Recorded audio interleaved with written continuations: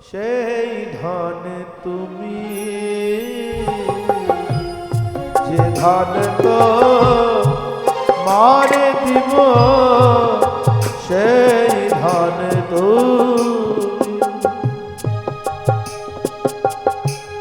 কি দিব কি দিবা বন্ধ,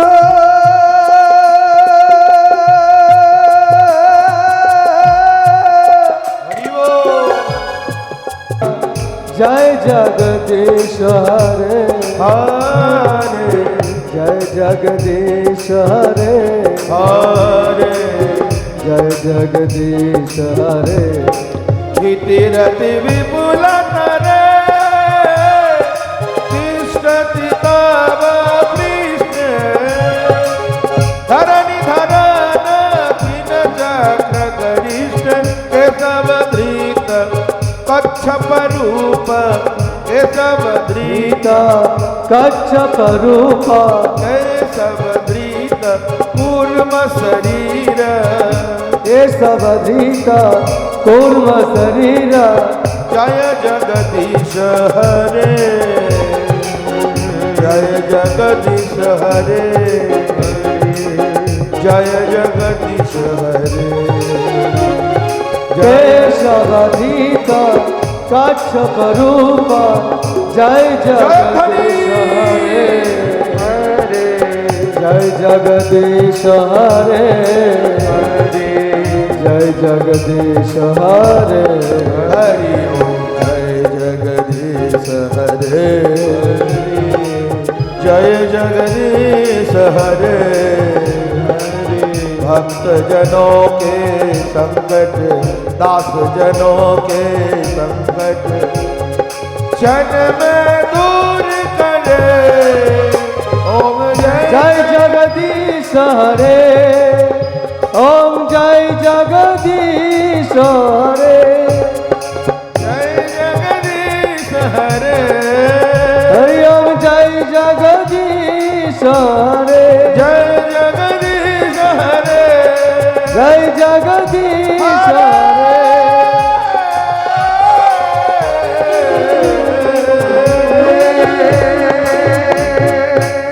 बोलिए कच्छप भगवान की जय हो, बोलिए भक्तवत्सल भगवान की जय। এমন একটি বড় লীলা হয়েছে, এই লীলায় প্রভুকে 4 বার রূপ পরিবর্তন করতে হয়েছে। ভগবান নারায়ণ, ভগবান শ্রী বিষ্ণু, তিনি প্রথমেই কচ্ছপ রূপ ধারণ করলেন। এরপরে মন্থন আবার আরম্ভ হলো, যেন তার পিঠে মনে হচ্ছে কি এত বড় পর্বতটা যেন কুণ্ডন চুলকিয়ে দিচ্ছে, এমন মনে হচ্ছে। মন্থন কার্য চলছে, চলতে চলতে খারাপ জিনিস প্রথমে উঠে গেছে। তার নাম কি বলে, সেই হলাহল বিষ। যেই বিষ উঠেছে, সেই বিষের ভয়ে দেবতা এবং দানবগণ তারা রজ্জু ছেড়ে দিয়ে ভগবানের নিকটে উপস্থিত। ভগবান বলছেন এই বিষ একমাত্র মহাদেবী ধারণ করতে পারবেন। মহাদেবকে স্মরণ করলেন, মহাদেব এসে উপস্থিত হলেন। তিনি জগতের কল্যাণের নিমিত্তে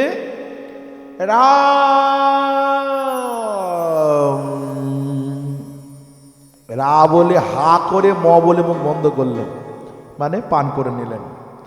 দেব দেব মহাদেব ভূতাত্মন ভূত ভাবন, ত্রাহীন শরণাপন্নং স্ত্রৈলক্য দহনাদ বিষাদ। এই ত্রিলোককে দহনের থেকে উদ্ধার করলেন, রক্ষা করলেন মহাদেব। তিনি হলাহল বিষ পান করলেন। ততৌ করতলীকৃতং ব্যাপী হলাহলং বিষম। রাম পান তো করলেন, মুখে তো ঢুকালেন, রাখবেন কোথায়? হৃদয়ে অন্তর্যামী গোবিন্দ রাম আছেন। তাই ভাবলেন জগতও ফেলতে পারি না, আমার প্রভুরই তো সৃষ্ট জগৎ, হৃদয়ে রাখতে পারি না, প্রভুই তো বিরাজমান, রাখবো কোথায়? কণ্ঠে রেখে দিলেন। কণ্ঠটা নীল হয়ে গেল। সেদিন থেকে মহাদেবের একটা নতুন নাম হলো। বলো নীলকণ্ঠ মহাদেব কি জয়, বলো নীলকণ্ঠ মহাদেব কি জয়। যখন পান করলেন না, কিছু ফোঁটা পড়ে গেল, 2-4 ফোঁটা। আর সময় কিছু কিছু জীব তা পান করে নিল। সাপ বিছা এদের দেখলেই লোকে থেঁতলে মেরে দেয়। তারা এসে বললেন, হে মহাদেব, আপনি থাকতো আমাদের লোকেরা কীরকমভাবে এরকম শেষ করে দেয়, কি হবে, আমাদের কি কোনো উপায় নেই? আপনার নাম না ভূতনাথ?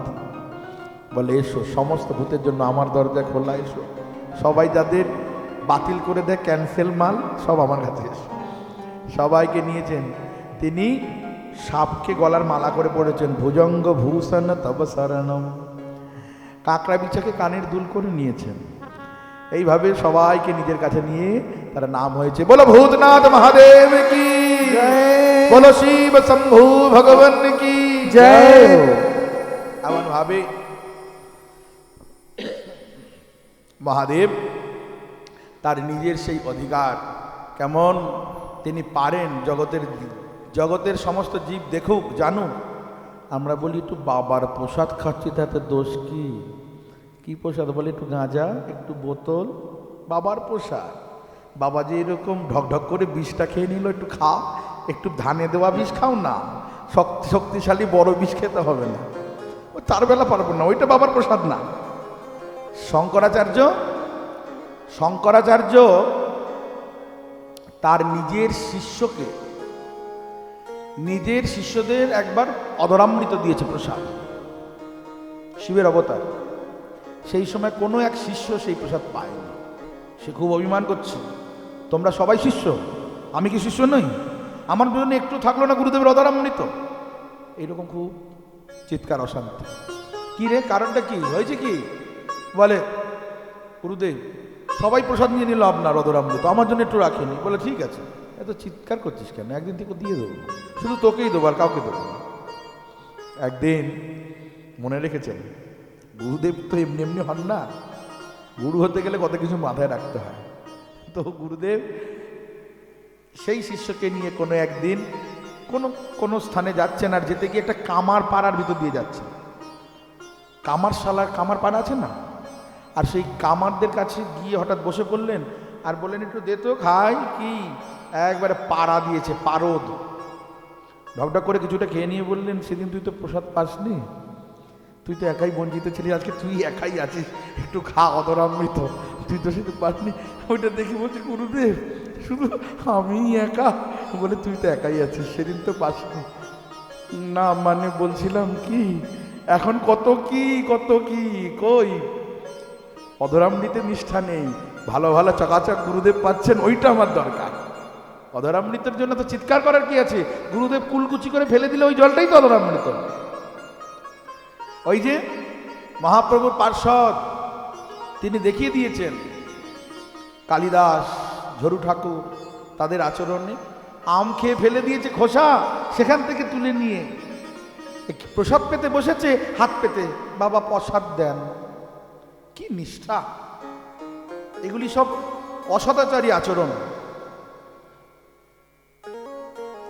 অধরামৃত নিশ্চয়ই নেবেন, তিনি পেয়ে নিয়ে পড়ে থাকবে, ডাটা চিবিয়ে ফেলে রেখেছেন, পটলের বীজ পড়ে আছে, কিংবা ওই যে যেখানে কুলকুচি করে ফেলছে।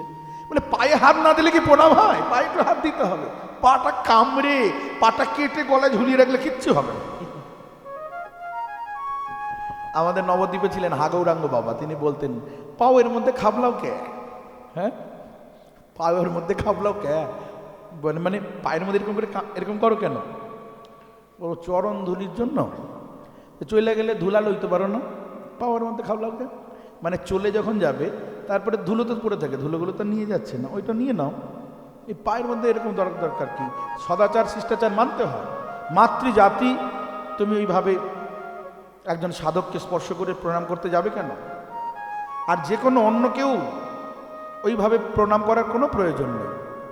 ভাবনা রাখতে হবে, তার আমি ডান চরণে বাঁ পা দিই, তার দক্ষিণ চরণে বাম হস্ত রেখেছি, বাম চরণে দক্ষিণ হস্ত রেখেছি, রেখে এবার প্রণাম করছি কায় মন বাক্যের দ্বারা, পঞ্চাঙ্গ প্রণাম কিংবা অষ্টাঙ্গ প্রণাম।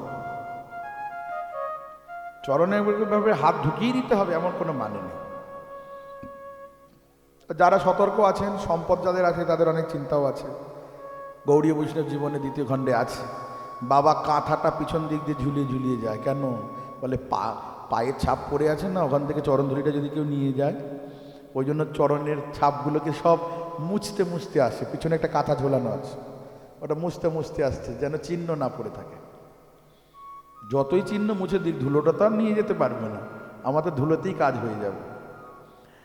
তো সেই জন্য পরে নিয়ে নিতে হয়, যাতে উনি কষ্ট না পান। উনি যদি মনে কষ্ট পেয়ে গেলেন, আমার ওই নিয়ে কোনো লাভ হবে না। আর যদি সত্যি সত্যি বুদ্ধি থাকে, শরণাপন্ন শরণাগতি থাকে না, আপনি আপনি ভগবান সেই রকম বুদ্ধি দিয়ে দেবে, পাওয়া যাবে ঠিক। আপনার অধরামৃত চরণামৃত কোনোটারই অভাব হবে না। তো যাই হোক, এইভাবে যদি মনে হয় যে তার ওই প্রসাদ পাবো, মহাদেবের স্বরূপের অনেক ভাগ আছে। বলে কাশিতে যে মরে সেই হচ্ছে শিবগতি পায়। সবাই শিব, কিন্তু সেই শিবের মধ্যে ভাগ রয়েছে না। পঞ্চমুখে রাম নাম গান ত্রিপুরারি, এই যে সদাশিব, যার গায়ের রংটা কর্পূরের মতো, সেই মহাদেব নিরন্তর হরি কথা গুণগানে কীর্তনে মগ্ন মত্ত হয়ে আছেন। তো সেই মহাদেব আর জগতের কল্যাণে তা গ্রহণ করলেন। অতঃপর সমুদ্র মন্থনে গাভী উঠল, গাভী। আর সেই গাভীকে দেবতারা বলল আমরা নেব, দৈত্যরা বলছে আমরা নেব, ভগবান ঋষিগণ বললেন কেউ নেবে না, আমরা নেব, কারণ আমরা যজ্ঞ করি, আমাদের ঘিয়ের দরকার। অতঃপর ঋষিগণ নিয়ে নিলেন। তারপরে উঠল উচ্চশ্রবা এক ঘোড়া, দৈত্যরাজ বলি বলল আমি নেব, নিয়ে নাও। তারপরে ঐরাবত উঠল, 4টি দাঁত বিশিষ্ট, 4টি সুর বিশিষ্ট এমন হাতি, বললেন দেবরাজ ইন্দ্র আমি নেব, ঠিক আছে নিয়ে নাও। তারপরে সুরা উঠল, সুরা মদ, দৈত্যরা বলছে আমরা নেব, দেবতা বলছে হ্যাঁ ওটা তোমাদেরই কাজে লাগবে না, দিয়ে দিলেন। তারপর অপ্সরা উঠল, বলে স্বর্গের শ্রীবৃদ্ধি করবে, চলে গেল। পারিজাত বৃক্ষ উঠল, বলে স্বর্গে থাকবে। এইভাবে পদ্মপুরাণ জানিয়েছেন সমুদ্র মন্থনকালে তুলসী উঠেছে, সমুদ্র মন্থনে দেবী। তো সেই সমুদ্র মন্থনে লক্ষ্মী দেবী উঠলেন একেবারে বর মালা নিয়ে। যেই লক্ষ্মী দেবী উঠেছেন,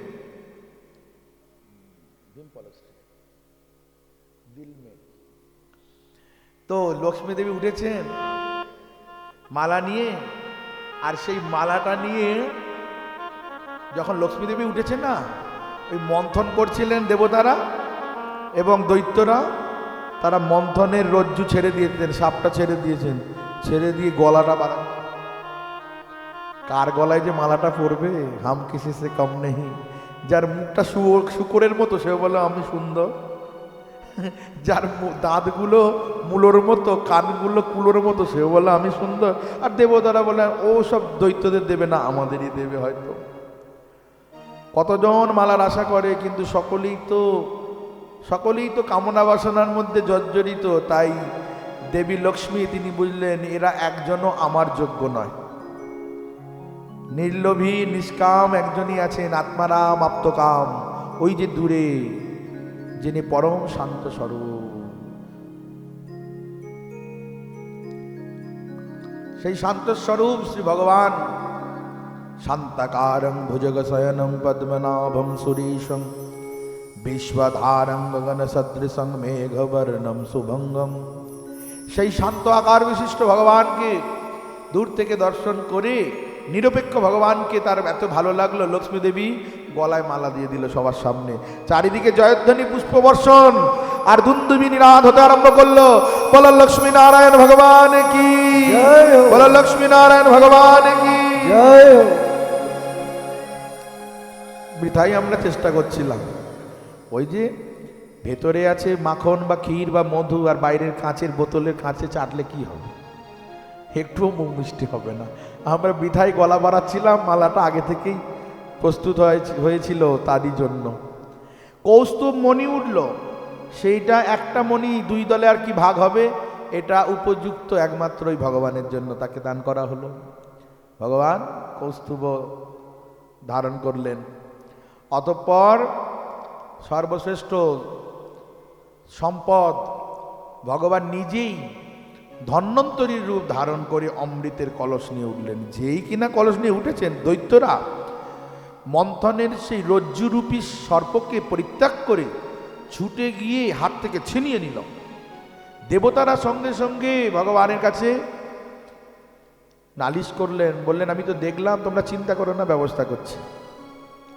ভগবানের মায়াতে তারা কেউ আর ওই অমৃত পান করছেন না, নিজেদের মধ্যেই টানাটানি মারামারি আরম্ভ করে দিয়েছে। আমি এনেছি, আমি খাবো, সে বলে আমি দৈত্যের রাজা, আমি খাবো, এই আরম্ভ হয়েছে। আর সেখানে ভগবান সুন্দর এক রমণীর রূপ ধারণ করে উপস্থিত। ছম ছম ছম ছম পায়ের নুপুরের শব্দ সেখানে এসেছে। আর তাকেই তো একবারে দেখে দৈত্যদের চোখ তো ছানা পাড়া, দিল মে তুমে বিঠা কর, আহা, যেন মনে হচ্ছে কে হৃদয়ে রেখে দি। বন্ধ কর লুঙ্গি মে আঁখ, এমনই মনে হচ্ছে। কিন্তু তারা বলছেন দেবী কে গো তুমি? বলে সেটা না পরে হলো, তোমাদের এই অশান্তি আরম্ভ হয়েছে কেন? কি হয়েছে, ঝগড়া করছো কেন? বলে দেখো আমি অমৃত এনেছি, ও বলে আমিও খাবো। হ্যাঁ আমি এনেছি আর সে খাবে, এটাকে কথা বলো। বলে শোনো, এই অমৃত তো শুধু তোমরা একা চেষ্টায় হয়নি, দেবতারাও তো করছিল, আমি তো সব দেখলাম, তো ওদেরও তো দেওয়ার দরকার। বলছেন তাহলে এক কাজ করো, তুমি না আমাদের খাইয়ে দাও, তোমার হাতেই, তোমার পরশ পেলেই আমরা ধন্য হয়ে যাব। হ্যাঁ ফিদা হয়ে গেছে না, একটুখানি তোমার পরশে আমার ধন্য হয়ে যাব, আমাদের একটু খাইয়ে দাও। বলছে যে শোনো, নারী জাতিকে এমনি বিশ্বাস করতে নেই। दिन में मोहिनी, रात में बाघिनी, पलक पलक रक्त चोसे, दुनिया सब बावरा होके घर घर बाघिनी बोसे। নারী জাতিকে খবরদার বিশ্বাস করতে নেই, মায়েরা যেন রাগ করবেন না, তুলসীদাসজি বলছে, ওটা খালি স্মরণ করা। তো তাতে আবার অজানা অচেনা নারীকে তো আরোই বিশ্বাস করতে নেই। হ্যাঁ চেনো না আমাকে, জানো, এর বিশ্বাস করছো? বলে তোমাকে দেখেই মনে হচ্ছে তোমার মতো ভালো মানুষ এই জগতে নেই। সত্যিই তো, তার মতো ভালো আর কে আছে, সাক্ষাৎ ভগবান। আর সেই মোহিনী ভগবান বললেন তাহলে ওরাও তো পরিশ্রম করেছে, ওদেরও তো ভাগ আছে, ওদেরও খাওয়াবো। কিন্তু বলে যেমন খুশি, তোমার একটু ছোঁয়া দিলেই হলো। তাই হবে। দেবতাদের ইশারা করলেন তাড়াতাড়ি পঙ্গদ লাগাও, বসে পড়ো। এক পাশে দেবতা, এক পাশে দৈত্য, আর নৃত্যের ছলে ছলে দৈত্যদের শুধু সুরাপান করায় আর দেবতাদের অমৃত পান করে। কেন ভগবান এখানে পক্ষপাতিত্ব কেন করছেন? বলে যে যেই বস্তুর অধিকারী, সবার সব কিছু অধিকার নয়। শেষ্য অধিকার ও জানিষ্ঠা গুণই পরিকীর্তিত, তাতে তো অপব্যবহার হয়ে যাবে। সেই জন্য দৈত্যদের শুধুমাত্র সুরাপান করাচ্ছেন, কিন্তু তারা কি যে খাচ্ছে কিছুই বুঝতে পারে না। বুঝবে কি করে? ওই যে পরশেতে আর দেখতে দেখতে তো ওদের তো মন বুদ্ধি সব হরণ করে নিয়েছে মোহিনী ভগবান। আর দেবতারা পান করছেন। কিন্তু এই দৈত্যদের মধ্যে প্রহ্লাদের পিসির ছেলে ছিল, তার নাম রাহু।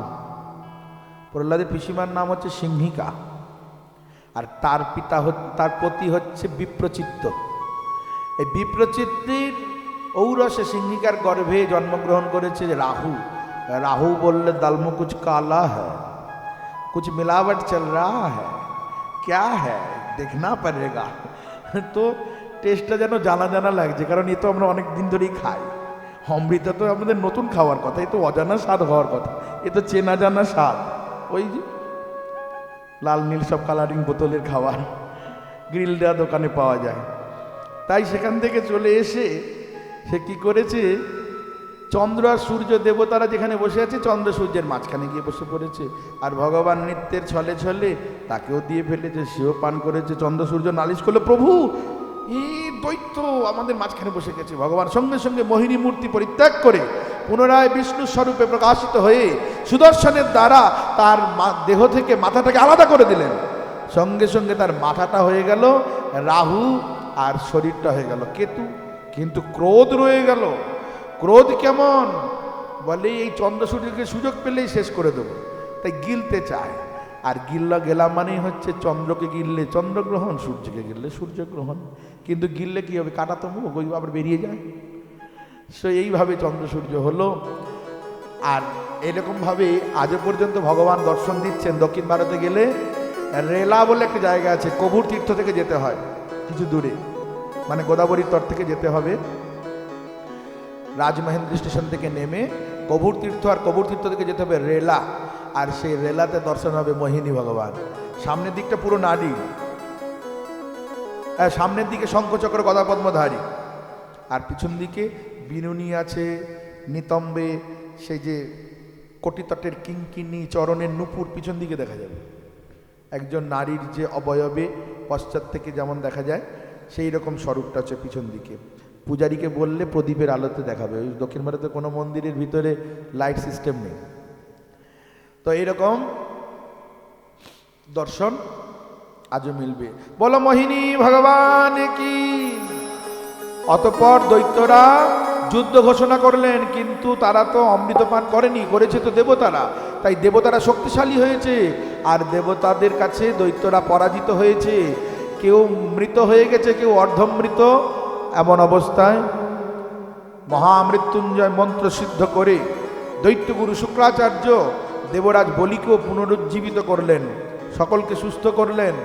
কিন্তু বললেন যে এইভাবে আক্রমণ নয়, শক্তি আগে সঞ্চার করতে হবে, তারপরে দেবতাদের বিরুদ্ধে যুদ্ধ। এদিকে একদিন মহাদেব বলছেন ভগবান বিষ্ণুকে, প্রভু আমি তো সেই বিষ পান করে নিয়ে ব্যস্ত ছিলাম, বিষ খেয়েছি, আমার সেই রূপটা দেখা হয়নি। আপনি নাকি কি সুন্দর মোহিনী রূপ ধারণ করেছিলেন, আমাকে একটু দেখান না। ওইসব আপনার কেন দেখতে যাও? দেখতে যাও না, গণ্ডগোলে পড়ে যাবে, এসব ফাঁদে পড়ে যাবে। একটু দেখান না, একটু দেখবো। না না, তুমি স্থির থাকতে পারবে না। আরে আমার পত্নী পার্বতী রয়েছে কাছে, আমি কেন বিচলিত হব? বলছি তো গণ্ডগোল হয়ে যাবে। না, একটু দেখতে চাই। বারবার যখন প্রার্থনা, তাহলে তাই হোক, ভক্তের ইচ্ছা তো পূর্ণ করতে হয়।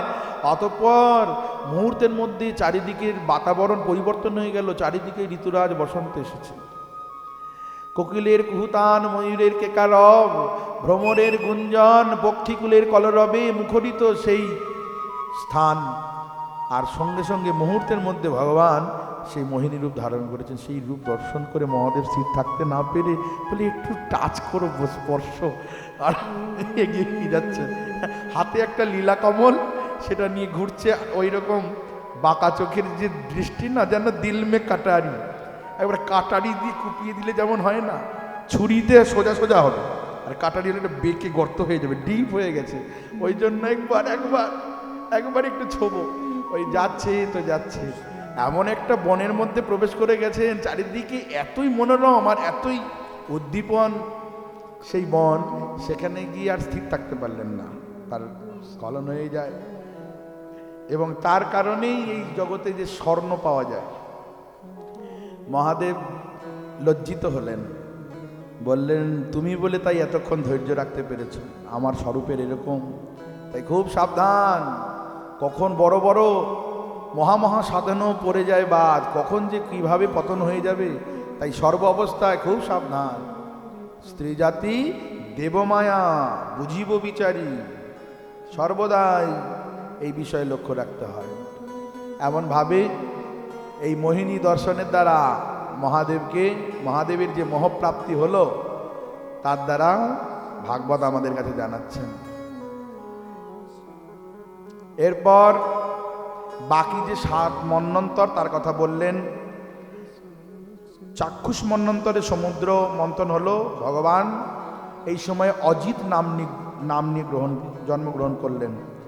আর 7ম মন্বন্তরের নাম হচ্ছে বৈবস্বত মন্বন্তর, অর্থাৎ শ্রাদ্ধদেব মনু, সূর্যের পুত্র, সূর্যের স্ত্রী সংজ্ঞার গর্ভে তার জন্ম হয়েছিল। আর এই অবতারেই ভগবান বামন রূপে অবতীর্ণ হয়েছিলেন। এই এই মন্বন্তরের কালে। এখন এই সপ্তম মন্বন্তর চলছে। আমাদের যদি কেউ জিজ্ঞাসা করে এখন কোন মন্বন্তর, সংকল্প করতে গেলে এইসব দরকার হয়। এই মন্বন্তরের নাম হচ্ছে সপ্তম মন্বন্তর, বৈবস্বত মন্বন্তর। তাই এই মন্বন্তরের অধিপতি যুগদেবতাই হচ্ছে সূর্য। এই জন্য আমাদের প্রতিজনের কর্তব্য প্রতিদিন স্নান করে সূর্যকে একটু অর্ঘ্য দেওয়া, জল দেওয়া, সূর্যকে প্রণাম করা। এই মন্বন্তর এই সময়কালে তিনি অধিপতি, তাকে প্রণাম করা প্রত্যক্ষ ভগবানেরই একটি প্রকাশ স্বরূপ সূর্য নারায়ণ। তো এছাড়া এরপরে যে মন্বন্তর তার নাম সাবর্ণী মন্বন্তর। নবম মন্বন্তরের নাম দক্ষ সাবর্ণী, দশম ব্রহ্ম সাবর্ণী, একাদশ ধর্ম সাবর্ণী, দ্বাদশ রুদ্র সাবর্ণী, ত্রয়োদশ দেব সাবর্ণী এবং চতুর্দশ ইন্দ্র সাবর্ণী। এসব হবেই, ভাগবত আগে থেকে সব বলে রাখলেন, তখন কোথায় থাকবো আমরা তার ঠিক নেই। তো এই বৈবস্বত মন্বন্তর কার চলছে এখন, এখানে একে নিয়ে যত সব কথা। এই মন্বন্তরে রাম শ্যাম সবাই এসেছেন, এমনকি আমাদের গৌর সুন্দর এসেছেন, আর এই কলিযুগে আমরাও আসতে পেরেছি। মন্বন্তর চলছে সপ্তম মন্বন্তর, আর এই কল্পর নাম হচ্ছে বরাহ কল্প। মনে রাখতে হবে। আছি কোথায়? ভারতবর্ষে।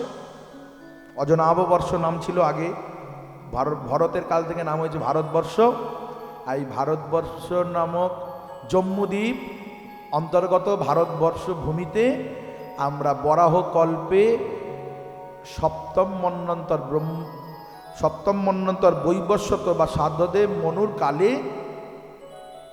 কলিযুগে এই প্রথম সন্ধ্যা প্রথম চরণে মহাপ্রভুর প্রকটিত কালে আমরা অবস্থান করছি। তো এই সময় কি হয়েছিল না, রাজা বলি সে দৈত্যরাজ বলি দৈত্যগুরু শুক্রাচার্যের পরামর্শে তেমনভাবে শক্তি সঞ্চার করে স্বর্গের প্রতি যুদ্ধ ঘোষণা করল। আর যুদ্ধ বিগ্রহ দেখে দেবতারা স্বর্গ ছেড়ে পালিয়ে গেল, আর স্বর্গের সিংহাসন দখল করে নিল দৈত্যরাজ বলি। এমনকি ইন্দ্রের ছত্র, অদিতি মাতার কুণ্ডল সব হরণ করে নিল। তখন মা অদিতি বড় দুঃখী হয়ে গেলেন, আমার ছেলেরা এরকম ঘর হারা হয়ে বনে বনে ঘুরে বেড়াচ্ছে।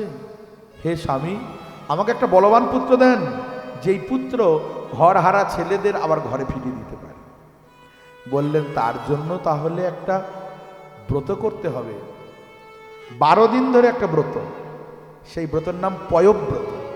ফাল্গুন মাসে শুক্লপক্ষে 12 দিন ধরে এই ব্রত করতে হবে, দুধ খেয়ে শুরু।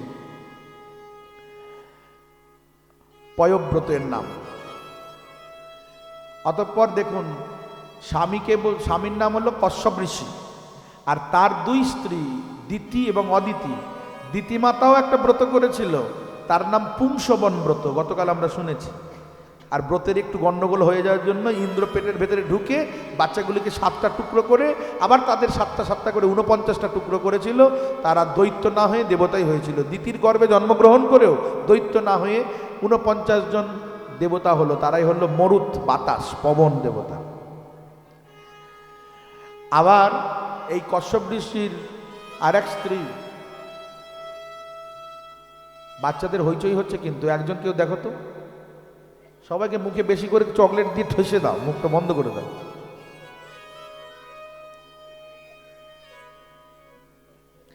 তারপরে 12 দিন পর্যন্ত তেমন নিয়ম করে ব্রত করলে ব্যাস ভগবান প্রসন্ন হয়ে গেলেন, দর্শন দিলেন। 108 বার ধরে প্রতিদিন 12 অক্ষর মন্ত্র জপ করতে বলেছিলেন, তাই করলেন। আরো স্তব পাঠ করলেন, ভগবানের স্তবস্তুতি করলেন। আর সেই সময় ভগবান প্রসন্ন হয়ে 12 দিন অন্তে দর্শন দিলেন।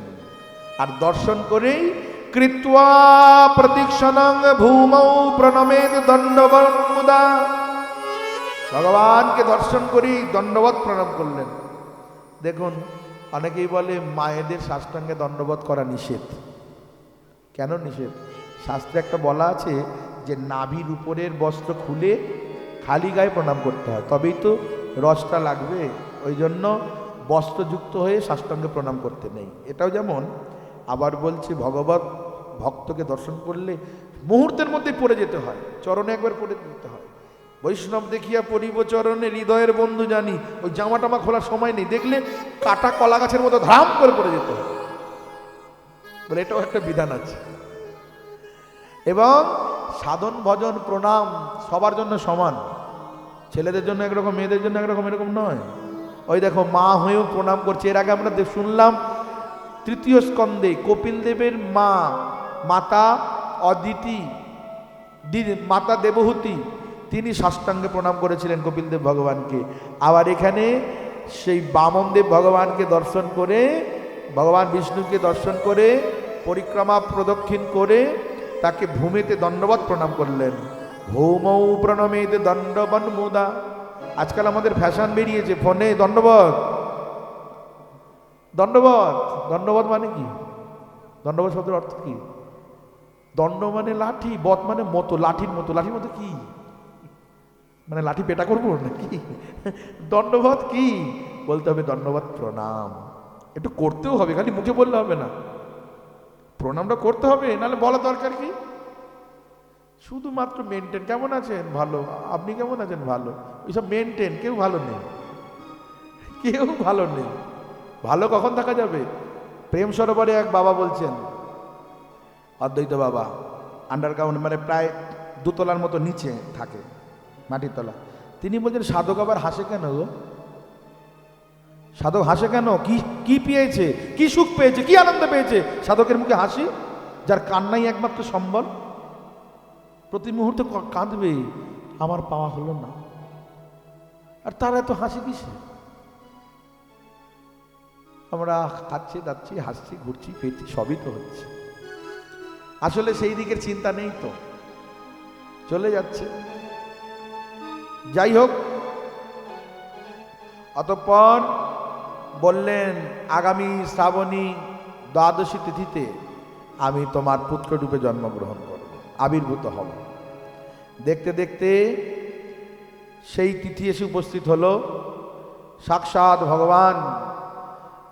ভগবান আবির্ভূত হলেন। আর তাকে দেখে সে ছোট্ট বামন রূপে, প্রথমে তো শঙ্খচক্র গদা পদ্মধারী রূপে আবির্ভূত হয়েছেন। তাকে দেখে অদিতি মাতা উঠে দাঁড়ালেন, আনন্দে বিহ্বল হয়ে ভূমিতে নানাম ভূমি কায়েন দণ্ডবৎ পৃথিবীহবলা, শরীরের দ্বারা তিনি দণ্ডবৎ সাষ্টাঙ্গে প্রণাম করলেন। তারপরে ধীরে ধীরে সাধারণ বালকের রূপ ধারণ করলেন, ছোট আছে নাকি? বামন রূপ ধারণ করলেন, কিন্তু পরনে কোনো কাপড় নেই। মার কর্তব্য সন্তানকে কাপড় পরিয়ে দেওয়া, কৌপিন দিয়ে দিলেন মা অদিতি। তারপরে সমস্ত দেবতাগণ এক একজন এক একটি বস্তু দিলেন। ইন্দ্র দিলেন ছত্র, কুবের দিলেন ভিক্ষাপাত্র, ব্রহ্মা দিলেন, সরস্বতী দিলেন অক্ষমালা, এরকম বিভিন্ন জন বিভিন্ন বস্তু দিলেন। আর জগৎজননী জগদম্বা জগন্মাতা মা অন্নপূর্ণা দিলেন ভিক্ষা দিলেন। এইভাবে সকলেই জয় জয়কার করতে লাগলেন, জোর করে জয়ধ্বনি, বলো বামনদেব ভগবান কি, বলিয়ে বামনদেব ভগবান কি। অতঃপর ভগবান যখন আবির্ভূত হলেন, তখন চন্দ্র শ্রবণ নক্ষত্র অবস্থান করছিল। ভাদ্র মাসের শুক্লপক্ষের দ্বাদশী তিথিতে অভিজিৎ মুহূর্তে শ্রবণ নক্ষত্রে তিনি আবির্ভূত হলেন। আর যেদিন আবির্ভূত হয়েছেন সেদিনই হল বিজয়া মহাদ্বাদশী। ঠিক মধ্য গগনে তখন সূর্য, মানে বেলা 12টা, ওই সময় অভিষেক করতে হয়, অবস্থান করছিল। ভগবানের আবির্ভাব কালে শঙ্খ, ঢোল, মৃদঙ্গ, পনব, অনক, কত বাদ্য বাজতে লাগলো। চারিদিকে দেবতাগণ জয়কার জয় জয়কার করতে লাগলেন, পুষ্প বর্ষণ করতে লাগলেন, কত গীত, কত নৃত্য আরম্ভ হলো। বলিয়ে ভক্তবৎসল ভগবান কি। বন সমূহের যিনি পতি চন্দ্র, চন্দ্র দিলেন দণ্ড, পৃথিবী দিলেন ওই যে কৃষ্ণ চর্ম। এরকম ভাবে এমনভাবে সকলে সমস্ত বস্তু দিয়ে সুসজ্জিত করে দিয়েছেন। শেষ পর্যন্ত ছোট্ট ছেলে, ছোট্ট বামনদের ছোট্ট রূপ। কেন ছোট রূপ? ভগবান তো বিরাট, আমরা জানি বড়, তার মতো বড় এই জগতে আর কি আছে? এই যে চতুর্দশ ভুবনে আরতি হচ্ছে, যে চরণে 4 বার 2 বার, নাম কোমর মুখে 1 বার 7 বার, তার মানে তিনি তাকে আরতি করলে সমস্ত বিশ্ব ব্রহ্মাণ্ডের আরতি হয়ে যাচ্ছে। তার মানে এত বড়। তাহলে তিনি আমাদের ছোট করলেন, বলে নিতে গেলে ছোট হতে হয় আর দিতে গেলে বড় হয়ে যায়। নিতে যাবেন না এখন, এই জন্য ছোট হয়ে এসছে। সব কিছুর একটা লজিক আছে। ওই জন্য জানিয়া শুনিয়া ভজ, সাধু শাস্ত্র মতো যাবে। ভগবান বামনদেব তিনি গেলেন বলির নিকটে। বলি সেই নর্মদার উত্তর তটে ভৃগকচ্ছ নামক স্থানে শুক্রাচার্যের তত্ত্বাবধানে এক বিশাল যজ্ঞে তিনি দীক্ষিত হয়েছেন। যজ্ঞের আয়োজন করেছেন, যজ্ঞ সুসম্পন্ন করছেন। আর সেই যজ্ঞ পূর্ণ হয়ে গেলেই বলি পার্মানেন্ট কিন্তু রাজা হয়ে যাবেন, একবারে সবসময়ের জন্য স্বর্গের রাজা হয়ে যাবে। আর সেই যজ্ঞটাকে এখন বন্ধ করতে হবে।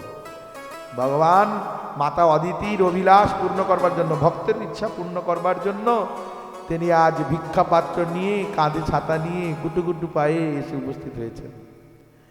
এসেছেন যখন, বলির সমস্ত রাজকর্মচারীগণ তারা জানালেন, মহারাজ এক বটুক ব্রাহ্মণ এসেছে আপনার দ্বারে ভিক্ষা করবার জন্য। রাজন ভবতঃ ভিক্ষাং দেহি।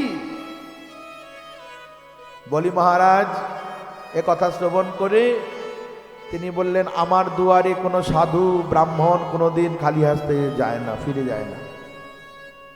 তো আজ এসেছেন, নিশ্চয় আমি যাব। কিন্তু শুক্রাচার্য তিনিও তো ত্রিকালজ্ঞ ঋষি, তিনি বললেন, সাধারণ লোক নয়, সাক্ষাৎ বিষ্ণু এসছে, যেও না, তোমার সর্বস্ব হরণ করে নেবে। বলেন বিষ্ণু এসছেন আমার দ্বারে? দেখুন, গরিব মানুষকে আপনি 10 টাকা, 2 টাকা, 20 টাকা, 50 টাকা, 100 টাকা, 500 টাকা, 5000 টাকা দিয়ে সাহায্য করতেই পারেন। এটা আপনার স্মৃতিতেও তো মনে থাকবে না 2-10 বছর পরে। কিন্তু এমন একজনকে দিয়েছেন যে কারো কাছে চায় না, বরং সবাইকে দেয়। এমন লোককে যদি দেন, বলুন, অমন লোককে আমি একদিন দিয়েছি। এমন একটা বিপদে পড়েছিল, তার কাছে কিছু ছিল না, একদিন আমি দিয়েছিলাম। জানো, হতে পারে অত বড় মন্ত্রী, অত বড় ব্যক্তি, অত ধন সম্পত্তির অধিকারী, ওই রকম লোককে আমার মতো একটা গরিব মানুষও দিয়েছে। তাকে মনে থাকবে কি না? এই রকম ক্ষেত্রে খুব মনে থাকে। তো যিনি জগতের পালনহার, তিনি এসেছে আমার কাছে ভিক্ষা করতে, তাকে যদি দিতে পারি তাহলে তো আজ বড় আমার ভাগ্য।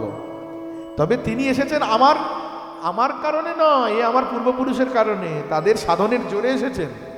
না হলে অখিল ব্রহ্মাণ্ডের অধিপতি সেই ভগবানকে কি কেউ, তিনি কি কারো কাছে চাইতে আসেন? তবে এসেছেন যখন, অহোভাগ্য, আমি যাই।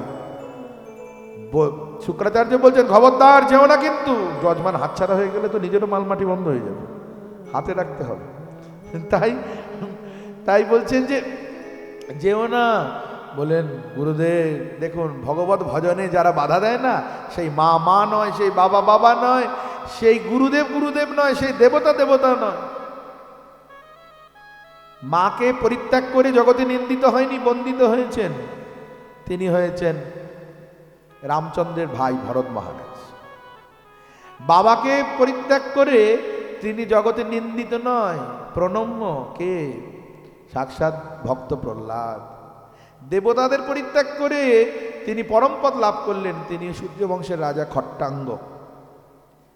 তেমনি ভাবে আজ গুরুকে পরিত্যাগ করে গেলেন রাজা বলি, তিনি নিন্দিত নয়, বন্দিতই বটে। কিন্তু গুরুদেব ক্রধান্বিত হয়ে অভিশাপ দিলেন, মূঢ় দুষ্ট, গুরুবাক্য লঙ্ঘন করলি, যা, তোর সমস্ত শ্রী ভ্রষ্ট হয়ে যাক, যা। আমি তো যাবই। অতঃপর উপস্থিত হয়েছেন বলি মহারাজ, ছোট্ট বটুক ব্রাহ্মণকে দেখছেন, আহা কি সুন্দর দেখতে। অমন সময় বলির যে কন্যা, যার নাম রত্নমালা, সে ভাবছেন, বাহ কি সুন্দর ছেলে, তো এই যদি আমার ছেলে হতো না, কোলে বসিয়ে স্তনপান করাতাম। ভগবান বলছেন, হয়ে যাবে, ডোন্ট ওয়ারি, চিন্তা করো না, সময় মতো হয়ে যাবে। যে যথামাং প্রবদ্ধান্তে তাংস্তথৈব ভজামি হবে। অতএব আমাকে যে যেমন করে কামনা করে, ভালোবাসে, আমি তাকে তেমন করেই তো করি, তোমার অভিলাষ পূর্ণ করব। এদিকে বলি মহারাজ বামন রূপী ভগবানকে বলতে লাগলেন, স্বাগতং তে নমস্তুভ্যং ব্রহ্মণ কিঙ্কর বামতে ব্রহ্মার্ষিণং তপৌষক্ষণ মন্যে তৈরো বপুরধরম। হে ব্রাহ্মণ দেবতা, বলুন আপনার কি সেবা করব, কি চাই আপনার? হে বটুক ব্রাহ্মণ, আপনি গ্রাম চান, সোনাদানা, সুন্দরী স্ত্রী, রাজকন্যা, এমন চাওয়া চেয়ে নেন যেন জীবনে আর চাইতে না হয়, আমি দিতে প্রস্তুত। যাত্রার কারে আসেননি আপনি, এমন এক রাজার কাছে এসেছেন যে দিতে প্রস্তুত, সব সব নিয়ে নেন আপনি, যা লাগবে যা চাই। যখন এইভাবে বলছেন তখন ভগবান বলছেন, সত্যি তোমার মুখে এটা মানায় বটে।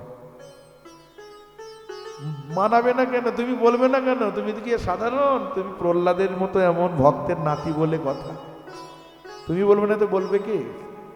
তবে তুমি বললেই আমি নেবো কেন? তুমি দেবী দিতেই পারো, তবে আমি নেবো কেন?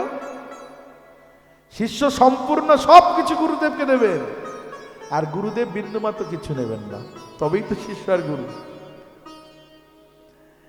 তো কি হলো? বলছেন যে তুমি শশা করা পৃথিবী আমাকে দান করলেও আমার মধ্যে যদি অনেক চাওয়ার অভিলাষ থাকে না, আরো চাই আরো চাই, পৃথিবী পেলেও আমার তৃপ্তি হবে না। ব্রাহ্মণের সব থেকে বড় ধন কোনটা? যথালাভে সন্তোষ। সেই জন্য আমার এত কিছু প্রয়োজন নেই, একটু ভজন সাধন করবো, তো তার জন্য এসেছি। আগে সংকল্প করো, যা চাইবে তাই দেবে কিনা। দেবো মানে খুব দেব, সংকল্প করেন করবেন। জলটা ঢালতে যাবে কমণ্ডলু থেকে, জল বেরোচ্ছে না, কি বললে? নদীর জল তো মনে হয় কোনো গেরি গুগলি কিছু ঢুকে গেছে বোধ হয়, জলের মধ্যে থাকেন।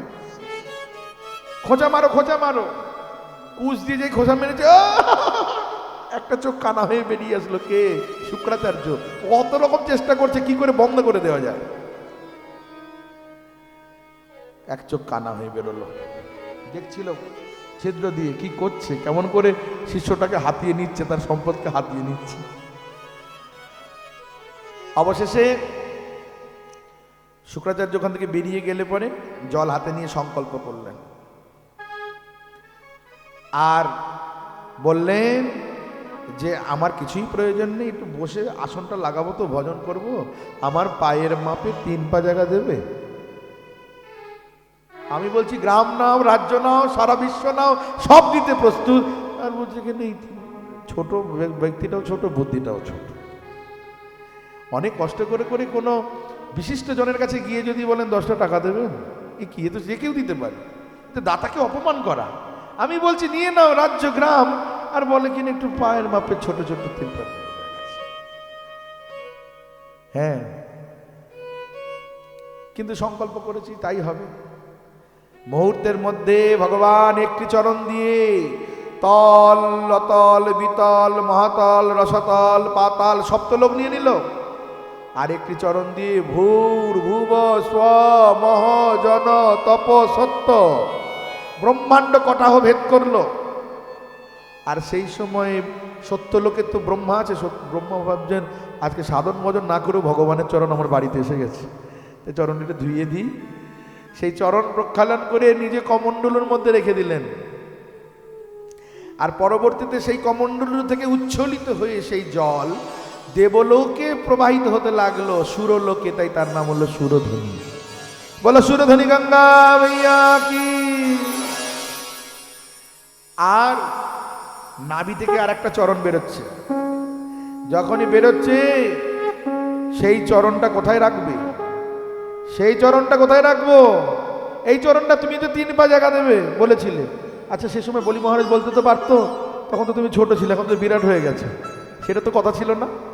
বলছে না, বলছে তাই তো, আমি তো 3 পা জায়গা দেবো বলেছিলাম, 1 পায়ে তো সব এই মর্তলোক নিয়ে নিল, 1 পায়ে স্বর্গলোক পর্যন্ত, ব্রহ্মা লোক পর্যন্ত নিয়ে নিল, আর একটা চরণ আমি রাখবো কোথায়? কোথায় দেব? কোথায় দেব? আরে ওকে ধরো, ওকে বেঁধো, বরুণ পাশে বদ্ধ করো। যেই কিনা বাবাকে বরুণ পাশে বদ্ধ করার আদেশ দিয়েছেন, এ কথা শুনে তার কন্যা রত্নমালা যে ভেবেছিল ওকে স্তনপান করাবো, সে বলছে এই ছেলের মুখে বিষ দিয়ে দেওয়া দরকার। বললেন এটাও তোমার পূর্ণ হয়ে যাবে, আজকে না কালকে হবে। আর এদিকে রত্নমালা মা মানে বলি মহারাজের স্ত্রী বৃন্দাবলী, সে বলতেন প্রভু এই জগতে যে বলেন আমি তোমাকে এই দিলাম সেই দিলাম, সে অহংকার করে বলে, কিছু এনেছে না কিছু দিতে পারে, যদি কিছু দেয় তোমারটাই তোমাকে দেয়। তাই তোমার ধন তোমায় দিয়ে তোমার হয়ে রই। কি করবে জানো ও স্বামী, তুমি কি বোঝো না, একে বলে সহধর্মিনী, যিনি ধর্মে সাহায্য করে। বিয়ে করলেই সব স্ত্রী সহধর্মিনী হন না, যিনি ধর্মে সাহায্য করবেন তিনি প্রকৃত সহধর্মিনী। তো বলছেন যে স্বামী সব তো দিয়েছেন বটে, কিন্তু এখনো তো নিজেকে দেননি, নিজেকেও দিয়ে দেন, মাথাটা পেতে দেন, ছোট চরণ মাথায় এসে যাবে। ঠিক বলেছে তো, আমি তো চিন্তায় আকুল হয়ে গেছিলাম এই চরণটা রাখবো কোথায়। মাথাটা যেই পেতে দিয়েছেন প্রভু গদগদ হয়ে গেছেন, নিজেকে পর্যন্ত আমাকে দিয়ে দিলি, তাহলে আমি তোকে কি দেবো রে। হ্যাঁ, আত্মসমর্পণে বলি মহারাজ। তাই কি দিব বন্ধু,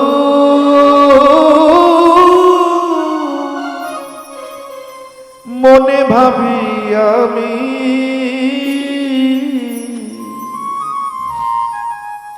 যে ধন তোমারে দিব সেই ধন তুমি, যে ধন তো মারে দিব সেই ধন তো।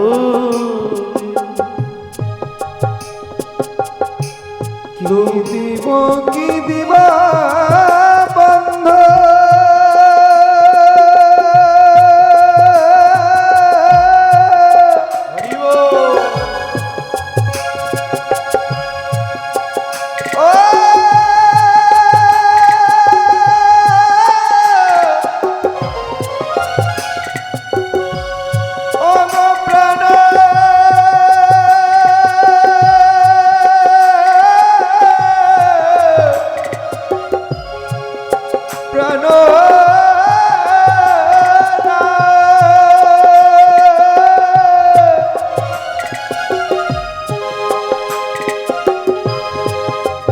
ভাবি মনে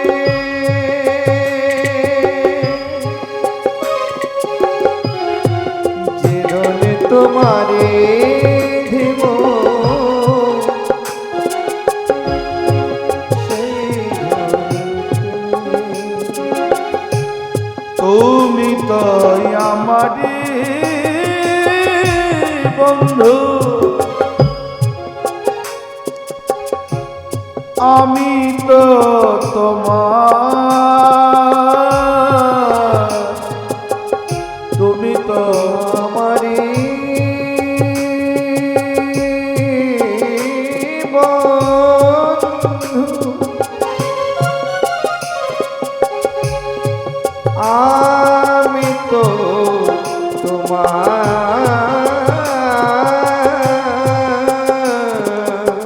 তোমার ধন তোমায় দিব,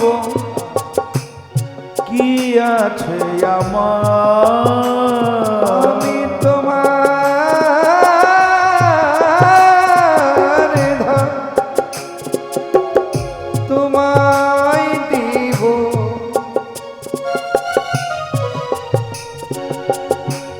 কি আছে আমার। ওই দেখুন মনে হলো আমি মালাটা ঠাকুরকে দিলাম, কিসের দিলাম, আমি একটা ফুল তৈরি করতে পারবো, তুমি তো ফুল ফুটিয়ে রেখেছো, খালি বাগান থেকে তুলে নিয়ে এসে মালা গেঁথে তোমাকে পরিয়েছি। আর এখন যদি আমি অহংকার করি আমি দিলাম মালা, এতে অহংকার, বৃথা অহংকার। এসব দুঃখের কথা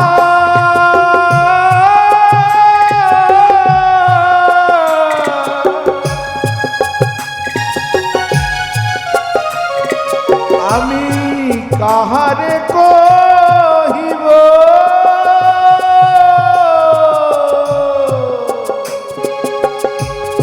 এসব দুঃখের কথা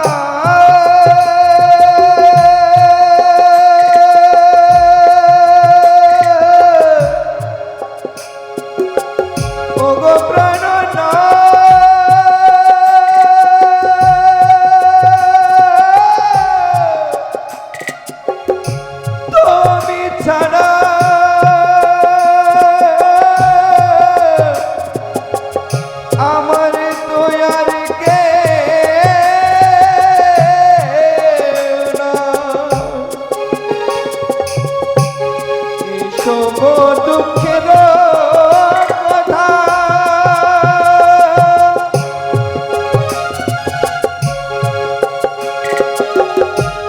কাহারে বলিব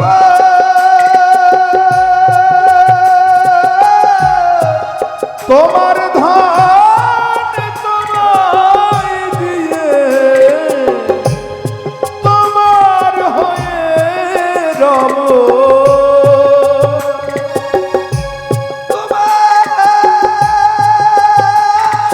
ধানে তোমায় দিয়ে তোমার হয়ে রব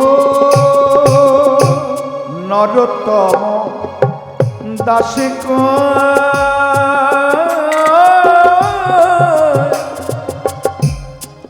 শুনো গুণ মনি নরোত্তম দাসে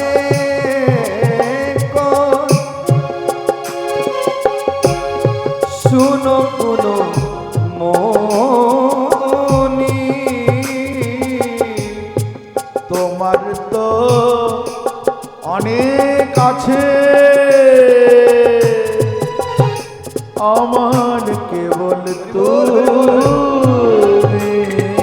তোমার তো অনেক আছে অনেক আছে আমার কেবল তুমি তোমার তো অনেক আছে আমার কেবল তুমি তোমার তোয়নে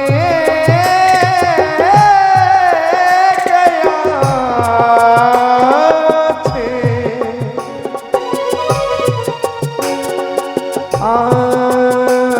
আমার কেবল তুমি